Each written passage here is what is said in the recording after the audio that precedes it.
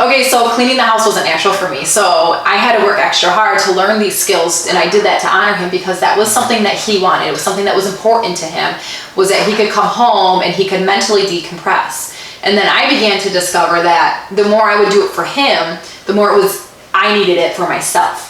I needed to have the same environment that I was creating for him, where it was clean and neat and orderly. I started to need it. So I got to a point where if things got a little chaotic here, we would have to say, okay, stop, we need to clean this house. Like, I had to make sure that the house was picked up because I needed it for my peace of mind. I was so used to it, giving it to him. Mm-hmm. And even like making the beds in the morning, that wasn't natural for me. You know, I had to learn the skill. And now, took quite a few years. I finally learned the skill, just kind of recent, within the last few years. Now I actually have to make my bed first thing in the morning because I'm so used to it. I need to get up knowing everything is picked up and it's in order and it's neat. And I learned that from him. Yeah. And, you know, we talk about cleaning the house, and really what we're talking about is not just that natural component, but it's about creating an atmosphere where, you know, husband and wife can thrive. Kids can thrive.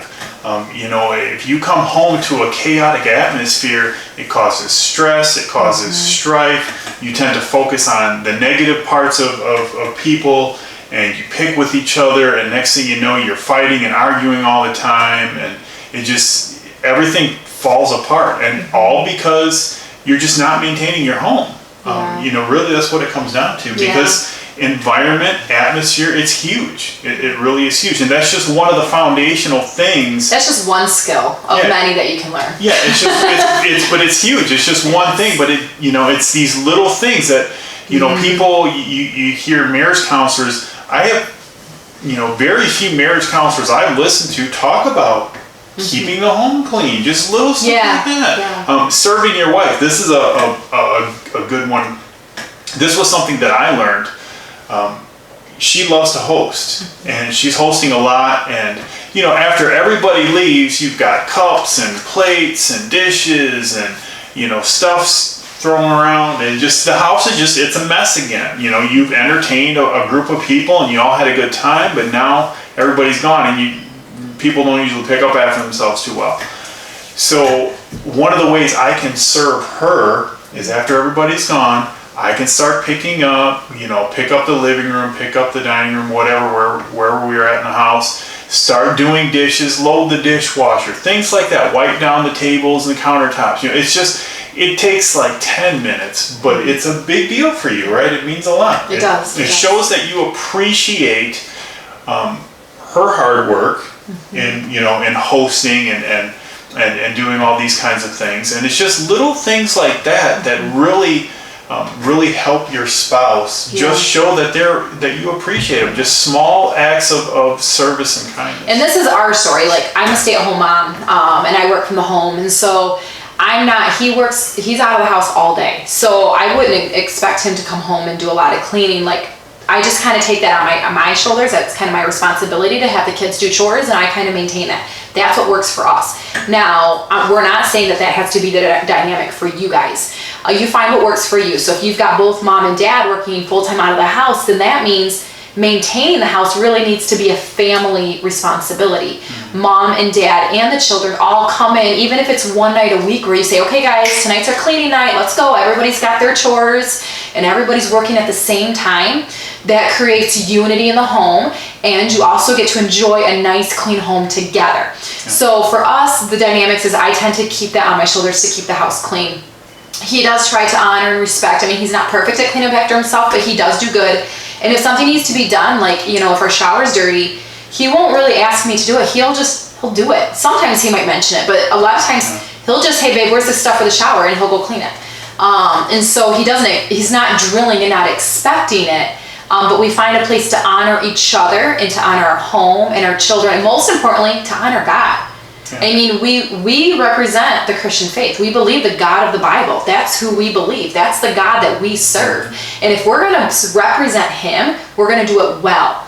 And we do that well by honoring each other. If we can't honor people in your home and people outside of your home, then you need to check, where's my heart and what God am I serving? Because this is his creation. People are his creation. We need to love them. And so this is one simple way of just honoring people, honoring each other, but it starts in your home. Yeah. And you know, another thing I want to point out is that it's stewardship. You know, God is not, he's blessed you with what you have. How are you going to take care of it? You know, as a parent, I love to bless my children when I can, you know, give them things that they want, and, you know, at appropriate times, you know, you don't spoil them. But, you know, if they've been good and they really want something, you give that to them, and you see the joy on their face, and they're happy. And then a couple hours later, you see it's laying out in the yard, and they don't care about it. How does that make you feel? You know, you're just like, come on, you know, what are you doing? Same way with the Lord. He has blessed you with material things because he cares for you, and he knows that there's things that you need. But also, he wants to see you take care of them, take pride in them. Yeah. You can't expect to have a rundown house, not maintain it, you know, have junky cars, you know, because you don't want to take the time to do what's necessary to keep them up, and expect God to give you more and better. Faithful with the little, ruler over much. Faithful to, and it's even going to start with your body. Like, I wasn't faithful to my body for quite a few years. I didn't even care. I was good just eating I remember my kids were actually homeschooled during that season. A common lunch that we had was chips with cheese on it, chips and cheese melted, and then, you know, some salsa and sour cream and all that stuff. And we would sit down and watch TV. Wonder what the result of that is. Not being very faithful with my body, and sure boy did it go to my hips, you know. And so it's when you're faithful with little, God will give you much. He really will. But you really got to take that principle and stay faithful with little, faithful with your marriage, faithful with your children. And he will put you ruler over much, but it's being responsible and honoring and enjoying what you do have. Yeah, that's that was one of the things, a principle I learned early on, and I don't know really where I picked it up at. I think it was just, again, it was by the grace of God. But I remember that old Bronco I had. You know, the thing, it was just literally so rusty, it was just falling apart as you go down the road. We had some fun date nights in that. We did. Remember that? That was a fun date. I actually miss it. But, you know, every day I'd come home and I'd have the hood up and I'd be tweaking something, or I'd keep it clean. It wasn't the great, I think we paid $800 for that. You know, and it was basically, it ran. That was its strong suit, is that it ran. But yeah, you take care of what you have. And, you know, we were faithful with that, and now the vehicles we drive are leaps and bounds better. But had we not taken care of the little that we had, you can't expect God to bless you with things. So that's just another foundation. And taking care of your wife, take care of your spouse. You want God to bless you with a good marriage, you want a blessed marriage, take care of each other. At the end of the day, you guys you're married. You're married to each other. That's it. You can't expect anybody, nobody's going to come rescue you. You can't expect anybody to do something for you. It's you too. And if you guys can't make it work, there's going to be problems. Yeah, you know, you hear the saying, the grass isn't always greener on the other side. And a lot of people, I've heard this actually, because we have a pretty strong marriage, but we've been through divorce. I've actually heard people say, well, maybe if I just get a divorce, I'll have a marriage like you. And it makes me pause, because what we came into this marriage, we still came with a lot of hurt. I mean, he changed a little bit. I didn't change at all. I didn't do the mirror thing before we got married. I didn't. So I brought my garbage with me. And so I had to go through times where God started to rip that junk out of me, and it was a painful process. But I had to change to have a strong marriage. We had to learn. Like, we had to go to the marriage conferences, like we said. You know, we had to do some things to help strengthen a weakness. It was a weakness. So we had to strengthen it. But yeah, one thing you did say though is you said we're talking about the Bronco, and so we would do date nights, and so that's one thing I want to challenge you guys with too. Is if you're married, find a night this week or next week and go on a date night. Now, it doesn't have to be big, so you don't even have to go out to dinner. Like, you could do it for free. The weather is beautiful. You could go to the beach and just walk along the beach. And bring no cell phone with you. Turn your cell phone off. That is the number one thing that's getting between husband and wives to this day. Turn them off. Get off your cell phone. And if you say, well, my husband won't, worry about you. You get off of yours, and just do what you got to do, and then just politely say, you know, I really want to speak with you. I want to talk with you. Would you mind turning off the phone? And if you say it in that tone, in that manner, I'm pretty sure your spouse will be understanding if you're not coming at them and attacking them because they're on the phone. If you just ask them and use simple communication skills. But I want to challenge you guys with that too, is do a date night. If you haven't done one, do one. I really encourage you to do one. You don't even have to spend money. You know, go get a coffee or something and just walk the beach and just talk. One of the things that really did help us too is at night, I would drink tea. We would drink tea tonight in the evening in the bed, and we would just sit in our bedroom and just talk. We would share each other's heart. I would listen to him. He would listen to me. We would dream together. Yeah. And there's something in that creates unity when you start to dream together. So I want to encourage you guys to do that too. Yeah. You know, when you spend time just communicating with one another, and I'm not a talkative person. Don't get the wrong impression. He looks talkative to me. Anyway. No, you have to carve out some time to hear your spouse's heart, to hear what they have to say. You know, you're their closest relationship on the earth. You really are. When two people enter into that marriage covenant, it's them and the Lord. So, you know, one of the reasons that I believe God instituted marriage is because life can be difficult, and you need somebody that you can trust, that cares about you, that has your best interests at heart, to walk through life and faith together. And so you guys have to be able to communicate. You know, you talked about the whole mirror thing, you know, with baggage and everything. You know, I had kind of done a lot of self-reflection after my divorce, but what the negative that caused with me is that made me very prideful. It really did. So I brought a lot of pride to the marriage. The first year of our marriage, we almost didn't make it. I was thinking about divorce even after the first year, just because I was like, you could get somebody better than me. I thought I had it all together. I'm like, I've read the books, I've listened to the videos, of, you know, whatever. I've done all the stuff, and she's just not on the same page, and I can't believe I married this woman. And so I brought a lot of pride, and thankfully she drugged me to a marriage conference. Literally screaming. I wasn't screaming. I was just throwing a tantrum. Yeah, that's what I was gonna say, throwing a tantrum. But no, I'm glad I went, because that it opened my eyes. It showed both of us our weaknesses, you know, just like you said, our weaknesses. It forced us to talk too. Yes. In that environment, they actually have you talk to each other. They create questions so you can connect with each other. It was actually really powerful. It was a really good thing for us to do together. But that turned our relationship around. It was a starting point. You know, we still had a lot of issues, a lot of things to work through, and then, you know, just moving forward, we had to have some third-party help. Now, I don't know if that's for everybody. It may be, it may be not. But you have to recognize your weaknesses and your baggage and your junk that you bring to the relationship, because we all bring some. We're never as great as what we think we are. Yeah. And you have to be willing to be teachable, to listen to your spouse, because they have a different objective than what you do. They're looking from the outside in. And so they really see, you know, who you really are. And you're foolish if you don't listen to him. Yeah, I used to not listen to him. I'd cock an attitude when he'd get all stubborn on me. But I discovered I need to listen. That is actually good for me. It's good for both of us. It's good. It is. Yeah. So this is really our heart, you guys, is to really share with you, you know, what we've been through, what we've gone through, our heartache. This has been a struggle for us. We had to fight to get where we are. We're a blended family. We come with a lot of stuff to create a family. We've had to work to create a family. You know, you can think going on a vacation, you guys all be happy and funny. You know, you get a picture of this perfect family vacation in your mind.